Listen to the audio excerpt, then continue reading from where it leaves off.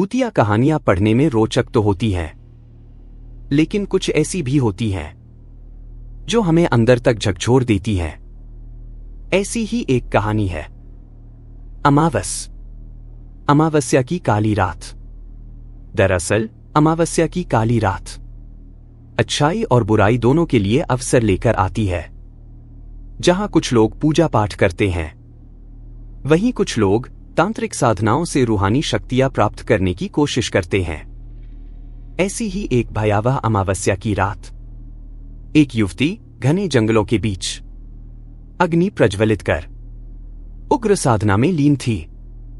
चारों ओर भेड़ियों के डरावने स्वर गूंज रहे थे, लेकिन वह निडर थी, अकेली, निर्विकार। मंत्रोच्चारण की तीव्रता बढ़ती जा रही थी। जैसे जैसे समय बीतता, वह युवती जमीन से ऊपर उठने लगती है। सामने की अग्नि मानो उसका साथ दे रही हो ऊंचाई पकड़ती है और आकाश को छूने लगती है।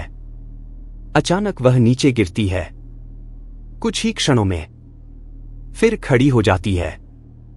अब वह केवल एक साधारण इंसान नहीं रही, वह एक शक्तिशाली आत्मा बन चुकी थी, जिसका एक ही उद्देश्य था, बदला। 6 महीने पहले आन्या नाम की यह युवती शादी के बाद अपने पति के साथ एक छोटे शहर में बसने आई थी। उसके पति का नाम था दीपक। दीपक एक बैंक में क्लर्क था और बेहद मेहनती कर्मचारी था। उसके बॉस रमेश मेहता उसे उसके काम के लिए पसंद करते थे।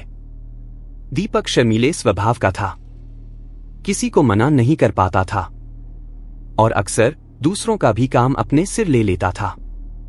एक दिन रमेश मेहता ने दीपक को बुलाया और कहा, तुम्हारी नई शादी हुई है, जाओ छुट्टियां लो, अपनी पत्नी के साथ समय बिताओ। दीपक मुस्कुराया। रमेश ने अपना पर्स खोला, कुछ पैसे निकाले और दीपक को थमाते हुए बोले, यह मेरी तरफ से, बाहर घूम आओ। दीपक ने घर जाकर यह खुशखबरी आन्या को सुनाई। दोनों बहुत उत्साहित थे। अगले दिन रमेश का फोन आया, तुम्हारे लिए एक गाड़ी बुक कर दी है, वह तुम्हें अच्छे से घुमा देगी। दीपक ने मना किया, पर रमेश की जिद पर मान गया। घूमने की तैयारी शुरू हो गई।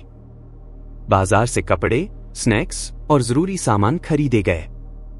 निर्धारित दिन गाड़ी समय से दरवाजे पर आ खड़ी हुई, सामान डिग्गी में रखा गया और सफर शुरू हुआ। गाड़ी में संगीत बज रहा था, हंसी खुशी के पल थे। लेकिन तभी गाड़ी का ड्राइवर अचानक चलती गाड़ी से कूद गया। गाड़ी असंतुलित होकर एक संकरी पगडंडी की ओर मुड़ती है और जाकर एक विशाल पेड़ से लटक जाती है। नीचे है गहरी खाई और अंधेरा जंगल। दीपक और आन्या चिल्ला रहे हैं, मदद के लिए। कुछ देर में ऊपर सड़क पर एक कार रुकती है। फिर कोई लकड़ी लेकर उनकी कार को धक्का देने लगता है। दीपक की नजर ऊपर जाती है। वह देखता है रमेश मेहता सड़क के किनारे सिगरेट पी रहा है। दीपक चीखता है, बॉस मदद कीजिए, लेकिन रमेश मुस्कुराता है, एक बड़ा पत्थर उठाकर कार पर पटक देता है। पेड़ की डाल टूट जाती है और कार गहराई में गिर जाती है। अगली सुबह अखबारों में छपी खबर, कार एक्सीडेंट में दीपक और उसकी पत्नी की मौत। लेकिन इसी के साथ एक और खबर, बैंक में करोड़ों की हेराफेरी में दीपक का नाम शामिल। असलियत यह थी कि रमेश मेहता सालों से बोगस खातों के जरिए बैंक से पैसे निकाल रहा था और अपने गुनाहों का बोझ दीपक पर डाल दिया। दीपक की मौत के बाद वह न बोल सकता था, न सफाई दे सकता था, लेकिन होनी को कुछ और ही मंजूर था।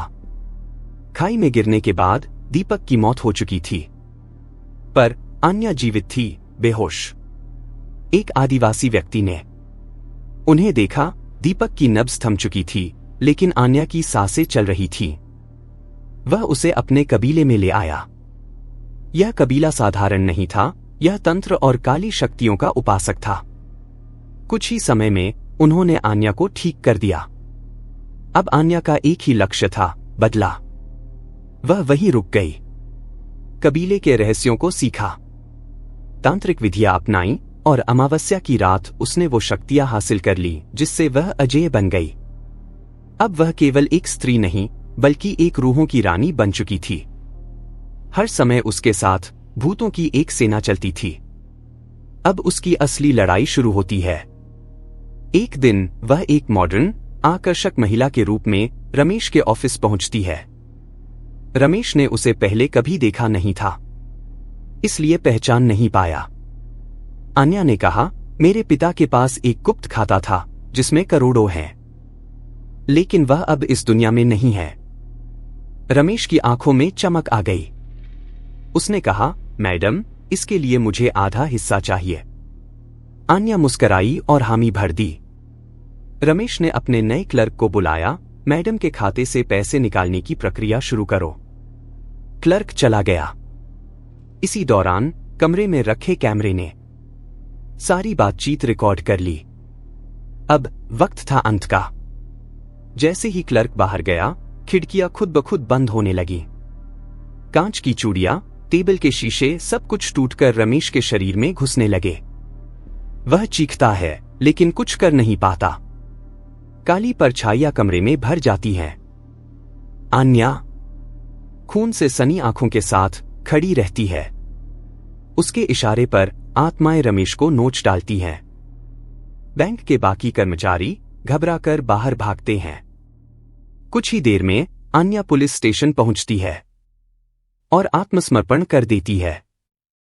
वह चाहती तो गायब हो सकती थी, लेकिन वह चाहती थी कि दीपक का नाम साफ हो।